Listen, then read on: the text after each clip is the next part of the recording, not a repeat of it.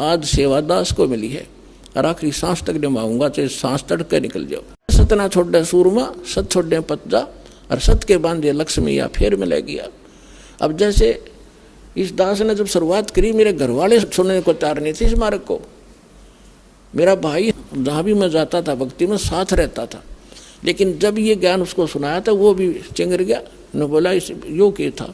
फिर माँ विष्णु में इससे बड़ा कोई हो सकता है। और जब उनको ज्ञान हुआ, सारा परिवार और सबसे आगे खड़े हो गया वही भाई आकर के, तो संघर्ष फिर हमने नहीं छोड़ा, इस बात को लगे ही रहे। और आज देख लो कितना विरोध हुआ, जेल तक भेज दिया झूठा केस बना के इस दास पे, लेकिन आज सफल हुए। परमात्मा कहते सत ना छोड़े सूरमा, सत छोड़े पतदा, और सत के बांधे लक्ष्मी फिर मिले गया। हम परमार्थ में लगे हैं, स्वार्थ में गलती कर आदमी 100 बार जेल जाओ, और दुष्ट कर्म है उसका। यदि कोई अपराध करके जाता है निरपराध, ये तो एक स्वतंत्रता जैसी लड़ाई है। अज्ञान से ज्ञान को स्वतंत्र करवाना है, जीव को काल से स्वतंत्र करवाना है। इससे बड़ा संघर्ष और इससे बड़ा पुण्यमय कर्म इस पृथ्वी पर नहीं है। आत्म प्राण उद्धार ही ऐसा धर्म नहीं, और जीव का उद्धार करा दे इससे बड़ा कोई पुण्य नहीं इस पृथ्वी पे। तो वो दास कर रहा है, और अब मेरे बच्चे भी सारे लग कर तुम उसी में लग जाओ, सब अपने भाई बहन हैं।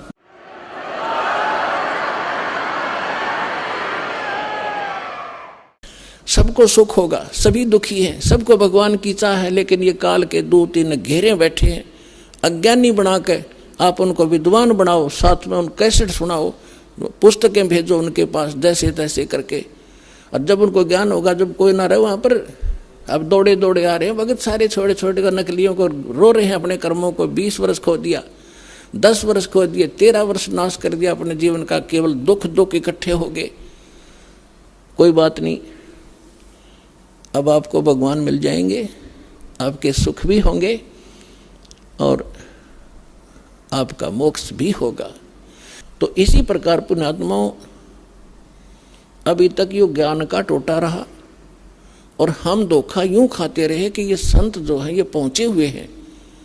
बताइए, इन सतपाल जी महाराज और ये बाल योगेश्वर जैसे, इन्हें कक्का नहीं पता भक्ति मार्ग का, ये आसाराम महाराज जैसे, और करोड़ों को डुबो के और ये अपना जीवन नाश करके चले जाएंगे। अब ये परमात्मा कहते हैं गुरुआ गाम बिगाड़े संतो, गुरुआ गाम बिगाड़े, ऐसे कर्म जीव कला दिए ईव जड़े ना जाड़े। ऐसे उलझा दिया, न समझाऊं तो उल्टे पड़े, न कहो वाह भाई वाह, निंदा करता रामपाल तो। अरे भले आदमियों, इसे बड़े बड़े माइक लाकर टेलीविजन पर मैंने निंदा करने टाइम पाया।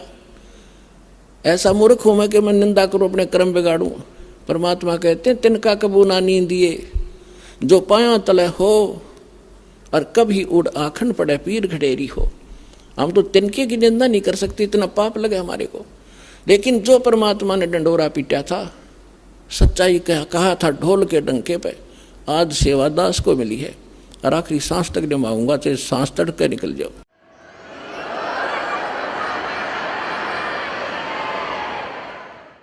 अब इसको कोई निंदा समझता है तो उसने भांग पी रखी है या कति अनजान आदमी है।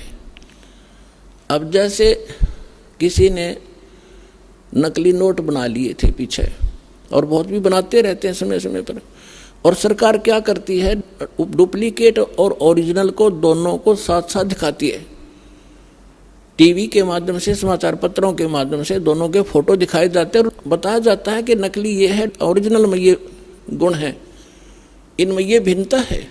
तो क्या सरकार आलोचना करती है, महापरोपकार करती है, ना ठग लूट ले जाते संसार को। तो ये दास कर रहा है। हमारे ओरिजिनल नोट है हमारे सदग्रंथ और वो महापुरुषों की अमरवाणी जिनको भगवान मिला, और ये डुप्लीकेट अनुभव हैं इन संतों के जो उनसे मेल नहीं खाते, उनको त्याग दो, ओरिजिनल नोट ग्रहण करो बरवाला आश्रम में आके। इतनी सी बात है। अब इसको कोई निंदा कहता है तो कुछ दिनों में फिर वो इस ज्ञान को समझकर गुणगान किया करेगा, रोया करेगा एकांत में बैठ के, कैसे महापुरुष के बारे में मैंने क्या शब्द बोल दिए। कबीर साहब कहते हैं सतगुरु के सिजदा करूं, कर्म छुटाए कोट, और जो ऐसे सतगुरु की निंदा करे फिर जम तोड़ेंगे होठ। और मैं रोज यही आपको रोज सतर्क कर रहा हूं कि ये गलती मत करो, मत करो, आप मार खा जाओगे।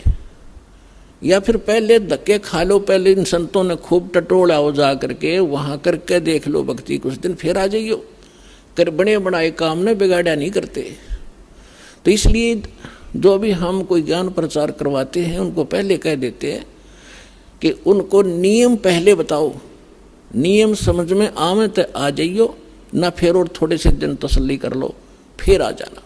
प्रथम नियम है, बाद में भक्ति, और फिर ना सफलता हो तो हमें बताइयो। तो हम मार खाते अपनी गलती से। सतगुरु के दरबार में कमी कहेगी ना, अनसा मौज नहीं पावता तेरी चूक चाकरी माँ। परमेश्वर कबीर जी की डिक्शनरी में इम्पॉसिबल वर्ड नहीं है। तो पुण्यात्माओं, आप जिस समय इस मार्ग के ऐसे मास्टर बन जाओगे उस समय आप देखना ये संघर्ष करोगे ही करोगे, चाहे कितना ही दुख हो। दुख तो माल्य के मार्ग में होता नहीं, लेकिन हम महसूस थोड़ा सा कर लेते हैं, परमात्मा फिर साथ रहता है। आप जब मालिक के लिए संघर्ष करते हो वो कोई बालक थोड़ा ही है। पिछले इतिहास देख लो, मीराबाई ने संघर्ष किया, उसके साथ कैसे कैर ढाए थे और मालिक ने पल पल पर मदद की उसकी। विष का प्याला प्यार दिया था तो नहीं मरी। विष का गुण है, नाश कर देता है बॉडी को, और परमात्मा ने गुण बदल दिया भक्त के कारण। तो उसके हाथ में सब पावर है। तो हम अपने भगवान को, उस समर्थ परमात्मा को पहचान कर और इस मालिक के मार्ग को ग्रहण करके फिर इतना दृढ़ होकर चलना पड़ेगा अपने। फिर सफलता देखियो, फिर इसका फल देखना, यहाँ भी सुख होगे और सतलोक में जाओगे सीधे जहाज में बैठ के। ये गारंटी देता दास आपको।